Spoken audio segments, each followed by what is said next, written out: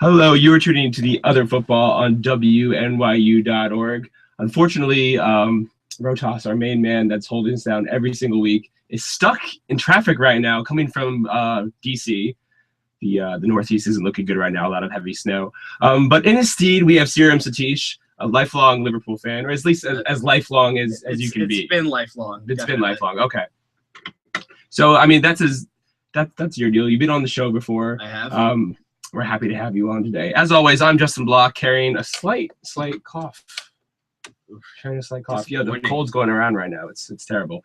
But we have a lot to talk about today on the show. Although there wasn't much action that happened on Saturday, a lot went down on Sunday today. We'll get to that in a minute. But first, let's talk about what happened in the English Premier League, or at least with English clubs, midweek, because there were a lot of European fixtures that happened, and we saw teams get killed. Sriram, who did we see get killed? Arsenal, City, who else? Liverpool, Spurs. Everyone's just out. The only one that actually managed to win is Everton somehow. Everton? I don't know how they did it. And so they'll be advancing to the last 32 of the Europa League, is it, or last 16 are we at now? I think it'll be the last 32. Okay. I mean, nobody really cares about the Europa League, so right. I mean, whatever. All right, so we have Everton advancing that far, but to see these top English teams going down is a bit concerning, just given the state of the English game and how it's viewed across Europe. I feel like, we spoke about this earlier before the show, the danger of potentially losing a top four place, and you said that that's not really coming, or it would be many years down the line. Yeah, I mean, when you look at things like the UEFA coefficient, it's still got quite a way for another country to overtake us. I mean, England's put in a decent performance at the international level, and clubs have done decently well, where we'll still be able to keep our fourth spot. But I think the biggest concern is going to be, the English Premier League has been very, very competitive within England, right? We've seen some amazing competition so far this season, and yet every single team that's gone out to continental Europe is playing so poorly against the top teams in the other leagues. That's very, very concerning to me, because that will translate into quality on the international for the country level. Right.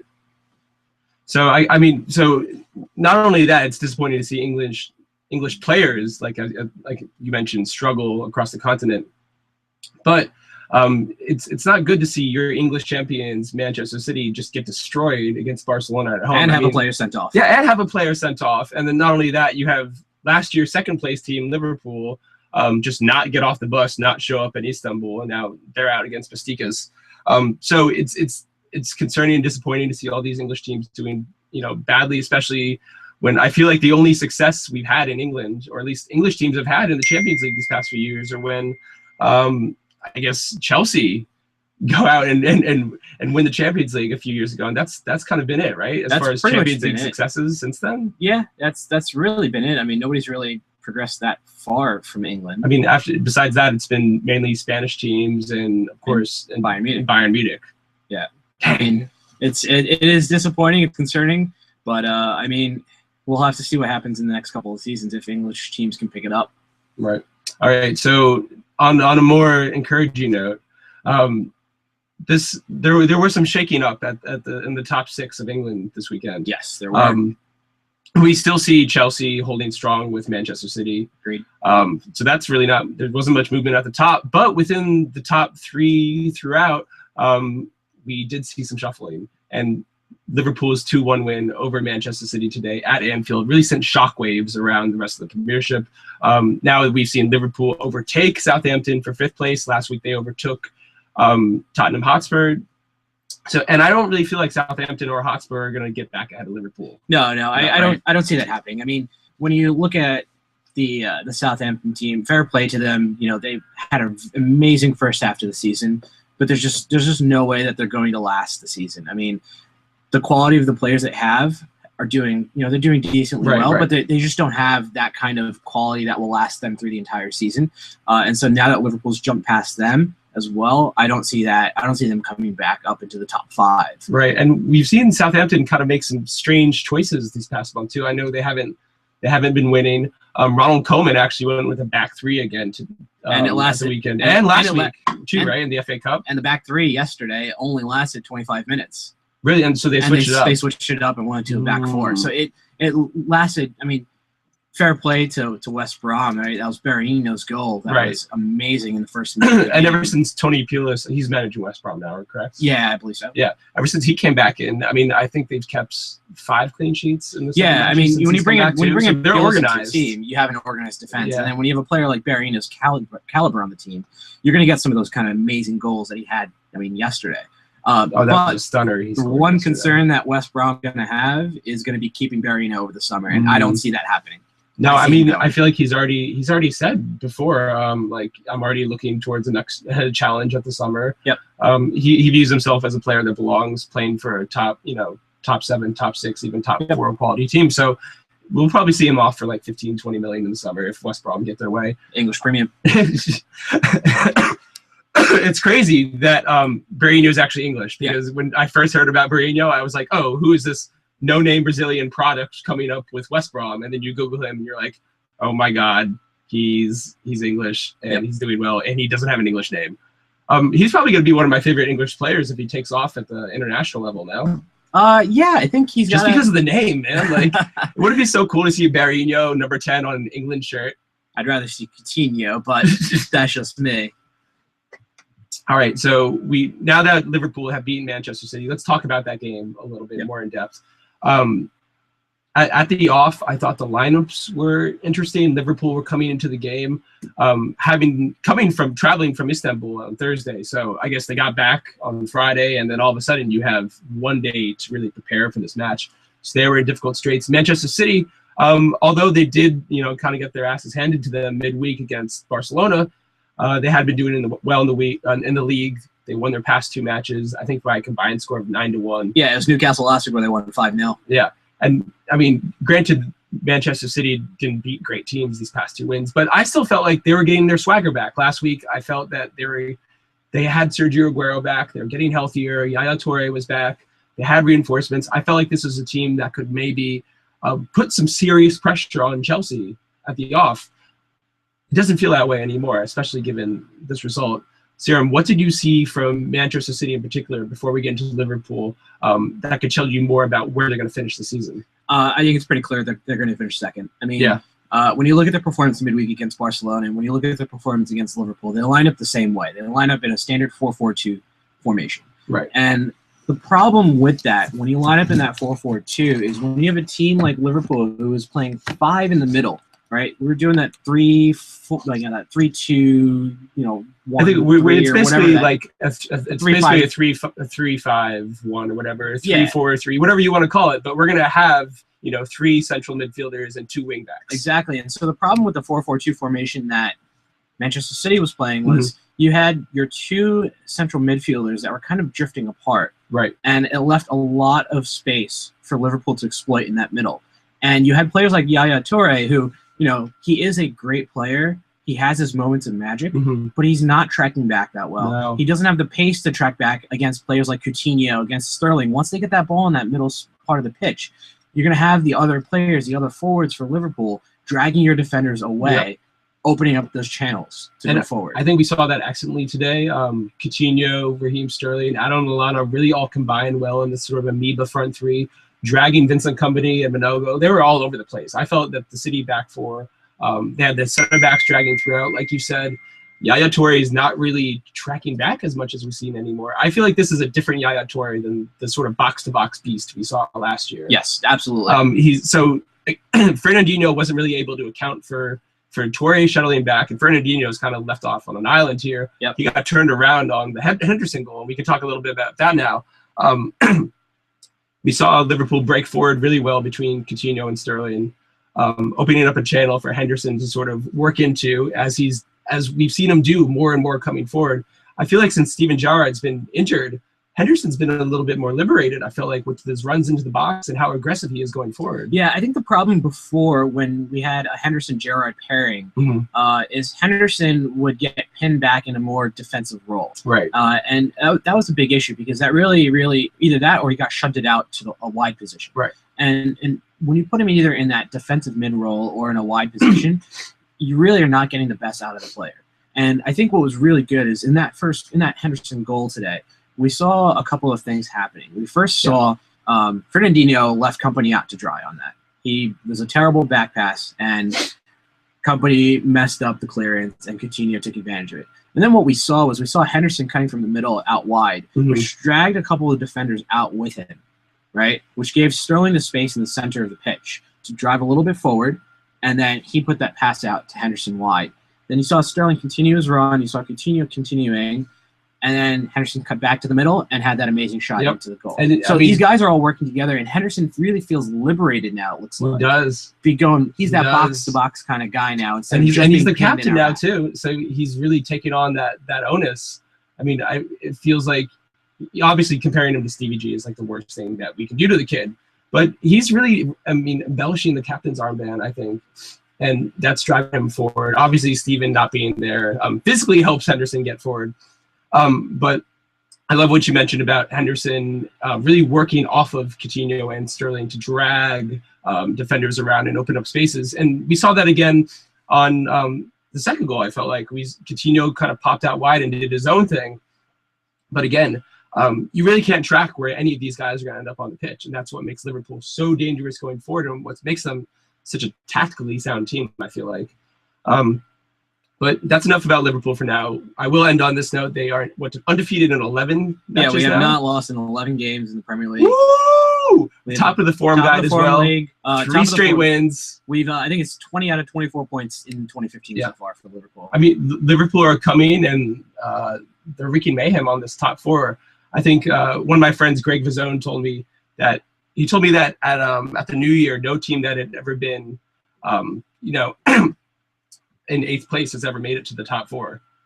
We're right there. We're undefeated in 11 now. And I feel like this is a similar run to what Liverpool went on last year, where late season, March, February, they're really starting to ramp up the gas. And this victory today came with no Daniel Sturridge either, and no Mario Balotelli. Sturridge came on late. Those are 2 big strikers who I think are really going to help Liverpool down the stretch. Yep. And they weren't even involved today. Yep, completely agreed. I think, Liverpool's got the fixture list. I mean, now that they're not in Europe anymore, Liverpool's got the calendar to help them out now. Right. So, we'll have to see what happens over the next couple of weeks. The biggest fixture coming up is obviously going to be Burnley midweek. Mm-hmm. You got to take it one game at a time, and then you got the FA Cup on the weekend. So, what would be amazing to see is if we can get that top 4 spot and make it to the FA Cup final. I'm every single week I'm running hot and cold when it comes to Liverpool in top 4. I don't know why. Maybe that's because I'm a bad fan. Liverpool are out here winning. Undefeated in 11. I still can't get a feel on whether they're good enough for top 4. But I do think them being out of Europa League helps tremendously. I don't think this squad was necessarily built to handle another 2 games in March on top of what they already have. I think they have 4 fixtures in March. Yeah. And that's without counting, whatever cup competitions come too. So I do think that Liverpool, the way that they're playing, I feel like they're able to just really come out and have the confidence to be any side right now, no matter if they're on 2 days rest, no matter if it's Manchester City, the defending champions coming in their house. I feel like this team is showing quality, they're showing character, and they're showing enough flexibility within the squad to where I think they're my favorite for top 4 now out of the 3 teams that I really think are in it to battle for those final 2 positions between United, Arsenal, and Liverpool. I think Liverpool are a great bet to come out of that bunch now. I completely agree, and I think Liverpool actually has a shout at even the 3rd spot. Really? I think Liverpool. I mean, when you look at the fixture list, I believe United has probably one of the toughest fixtures lists going into the end of the season, and so.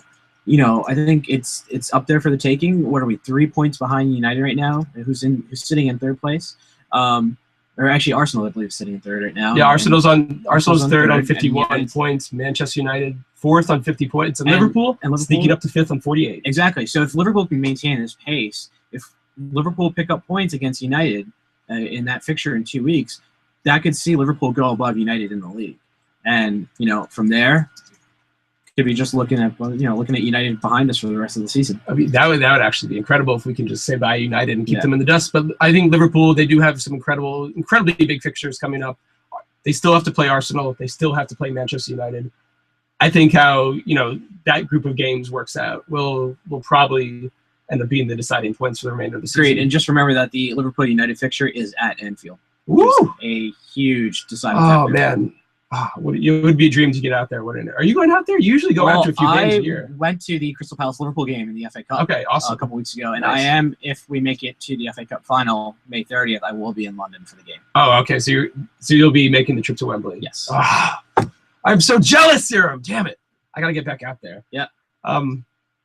So I guess we'll leave the top 6 at that. Liverpool are looking great. Manchester United. Let's talk about them quickly here. Yep. I do think that they looked better yesterday. I mean, they're not yesterday. A few days ago, they're still riding on their luck. They beat Sunderland 2-0. I think the back 3 looked a little bit better yesterday. Ashley Young at left wing back, I think, is a solution there. Marcos Rojo is back in the side. I think Rojo can be Manchester United's answer to Emre Can if Rojo gets his feet around him. Sriram, what did you see from Manchester United this weekend? I think we saw a little bit better performance from them. I think the main thing is because their performances had been so poor over the past, first half of the season, that it really hasn't been that difficult once they start having these players come back from injury to be better. And so I think, they have started showing on the pitch that they can play a little bit better football, but they did again rely on a penalty for that first goal. Right. That second goal, Rooney was well placed for that header. Fantastic goal. It was a good chip in. But I think there's still something lacking in that squad. There is. There's something lacking there. Like it's an identity. I feel like real team identity. You see the team identity with Chelsea, right? Where they're strikers, they're players. They go, they dominate, and then they park the bus. They defend, and they defend as a unit. They do that very, very well. You see that with Liverpool now. You see that with Liverpool where they attack. They're attack. They're all about pace, and they just go forward. All these teams have brands. I feel like you could watch 60 minutes, 70 minutes of Manchester United and not know who they are as a team. Yeah. What Louis van Gaal's personal brand is or stamp is on the team, and how they like to win. Every team wants to play a certain style and win a certain way. I don't know how Manchester United likes to win, and yet they're in. They're all the way up in fourth. I mean, but you know what? And that's the thing that some people don't realize is that you can keep bashing United for their quality of football that they play on the pitch, but they're still in 4th place. Right? Yeah, they're still in the Champions League spot. And if they can keep doing what they're doing, I'm gonna keep chalking up to David De Gea, man. He's a world-class keeper. He's a beast. Yeah. Oh man. All right. So United, they took care of business against Sunderland. Everton also won. I'm sorry. Arsenal beat Everton. Everton continues to lose.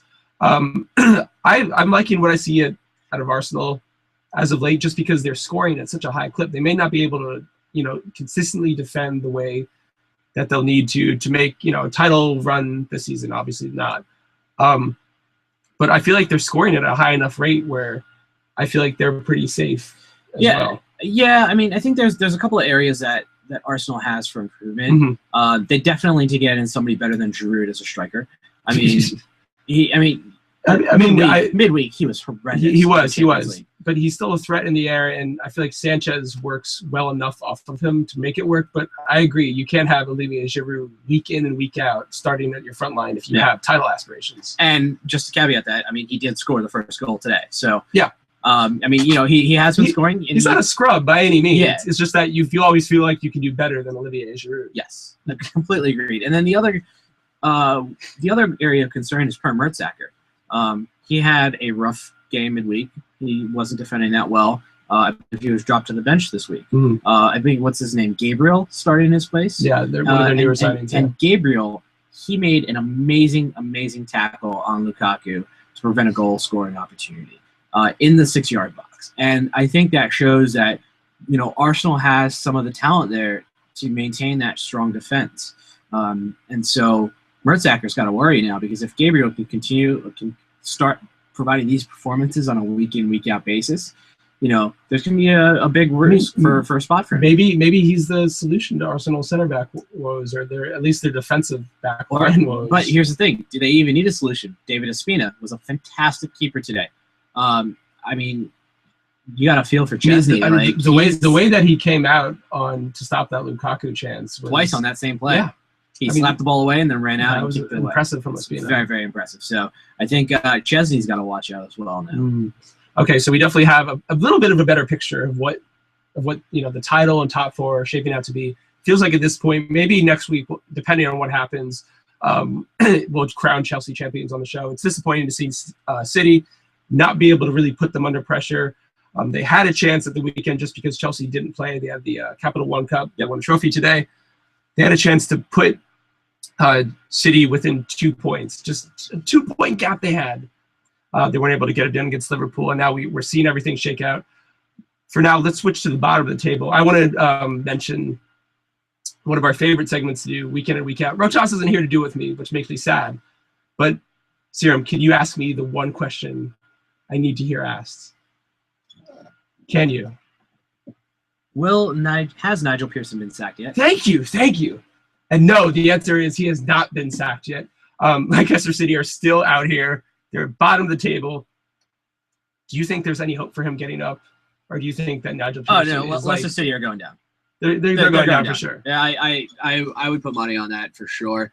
I'm sure the odds aren't even that great for putting a bet on that. But no, Leicester City's going down. Aston Villa is definitely going down. They have to. They lost again. They did, and they looked terrible against Newcastle this weekend. They did, but Tim Sherwood's an idiot. That's true as well. But I mean, I'm going to give Sherwood another couple of weeks to see what he can do with this Villa squad. I mean, when you have players like Gabby and Dumbledore, just for the sake of banter. I mean, if he can keep him playing this poor, I will have so much top banter with some of my Villa supporting friends when I go to Birmingham. It's going to be amazing. When are you going to Birmingham next? I'll probably swing by when I'm over in London. Have you been to Birmingham before? I have. I went to Aston Villa versus Liverpool a couple seasons ago. At Villa Park? At Villa Park. How was that? That was good. That was where we won 2-0. I believe Craig Bellamy scored 1 goal that game. Oh, Bellas! Yeah. Oh, gotta love Craig Bellamy. Bellers. What is the makeup like in Birmingham? Are people more Aston Villa fans or Birmingham FC fans? I mean, because in the Netflix original series, Peaky Blinders, they're Birmingham FC fans. I mean, here's the thing. I don't think any of them are really particularly keen right now on supporting a football team because they're all perpetually depressed because Birmingham's not doing that. I mean, they're doing all right, whatever. Nobody cares about them because they're in the championship or whatever league they're in now. And Villa's probably going to get relegated. So probably. Birmingham football is in a really, really bad place right now. Yes, it is. Maybe not the best time to bring up Birmingham football, but since we're talking about all these crap relegation teams, I want to give a shout out to a team that might be crap relegation worthy, and that's Everton. Yes. Sriram, do you think that Everton are legitimate shout for relegation this season? Yes. I mean, they're only, 6 points off the relegation zone right now, which, to be honest, is not miles away. And I think one parallel that I like to draw is the Everton of this year versus the Wigan of, I believe it was 2012 when they got relegated from the Premier League. Right before Martinez left. Yeah, so that was Bobby Martinez's last season as the manager of Wigan. And I remember they got relegated that season, but they got really, really far in the Europa League that year. Right. And so was it that they got far in the Europa League, or was it that they actually won a cup to get them to They won a cup that got them to the Europa League. Yeah. So it was a really big deal that Wigan. Really big deal that they got to the Europa League, but the problem is they put so much focus on that cup that they lost track of the league and they got relegated. So they were a championship team in Europe. Awkward. Now, the problem that I see here is Everton is kind of doing the same thing, where they played very, very well against Young Boys midweek in the Europa League. And they'll be going on to, got to confirm, the last 16 of the Europa League. Yeah, all right, it's not bad. Wow! An English team has actually made it. I mean, once Manchester City and Arsenal go out, they'll be the last team in England, right? The last to be in a English European team to be in competition. Europe. Yes, that is correct. That's incredible. Which is amazing. That's incredible. But right now, my friend Greg just messaged me over the odds right now for relegation. Leicester to go down. Aston Villa are 11-10. QPR 5-8. Burnley's 4-11, and Everton, the 6th team on the bookmakers list to go down, 50-1 odds right now. I'd put money on that. I would put some money on that, right? Wait, actually, if you have a 5 Dimes account right now, put a tenner on for me and hit me on Venmo. Yeah, I would definitely. That's a bet worth taking right there. Because let's look at Everton's fixture list. For the remainder of the season, they have a lot going on in March. Yep. They have 2 games against Dynamo Kiev in Europa League, in addition to the other 3, I believe, matches they have in the Premier League. So on 2 occasions this month, they'll be traveling, playing on a European night on Thursday, and then they have a match on Sunday. That's a very, very difficult turnaround for a team that does not at all have the squad depth for it. Oh yeah, absolutely, and especially when you're going to Dynamo Kiev. I mean, you're flying out to Ukraine. That's like Liverpool going out to Istanbul, right? I mean, it's so far away. That's real travel. Away. You know, they're gonna. You know, I don't know what week that fixture is, but it's probably gonna be another Thursday, Sunday type thing, and Everton just doesn't have the quality there. I mean, look at their midweek fixture this week. They're playing Stoke. I would put money on Stoke on that game. Stoke City at home. They look good this weekend, you know. And then it doesn't get, you know, that easier coming up. I mean, QPR they'll have, but QPR is better at home. You know, QPR may be crap, but they can at least get some points at home. They still have to play Southampton. They still have to play Burnley. That might actually be a relegation strap right there. And then they still have to play Manchester United. So there are some difficult minds on the stretch for Everton. Absolutely, I completely agree, and I think, you know, we're going to start seeing them fade as we get, you know, towards the end of the season. They might not survive March. The best thing is one of my colleagues in the London office is a big Everton fan. So this will you just have to rub it in his face. This will get me top banter to talk to him throughout the next few weeks. Now, wrapping up here, let's cover up some of the matches of the week we have going on. The other football match of the week for the midweek fixtures, we have Newcastle versus Manchester United. Manchester United haven't won on the road in quite some time. They beat QPR away. That was their last fixture. That's QPR. Whatever, big deal. So you have Manchester United going on the road to St.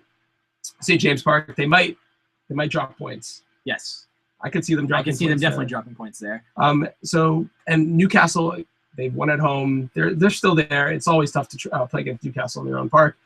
Our first row sports match of the week will be Liverpool versus Burnley. Just because Liverpool are now officially, to me, Banterpool. Oh, yes. Banterpool. They're just scoring the sexiest goals, sweatiest goals. I'm excited for that match. Burnley do play hard, and they run hard for a full 90, so this should be an energetic match. Yeah, I mean, the banter bus is following Liverpool now wherever it goes. So. Oh, my God. I love the banter bus, don't you? Oh, my God.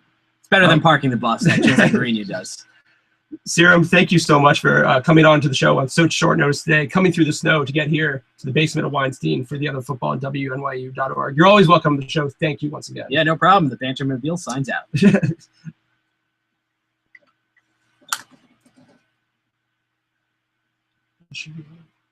On.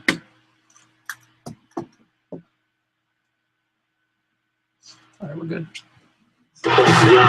Yonkers. Y-O. What's up, Y-O? Yo, tell POA to, let Dominic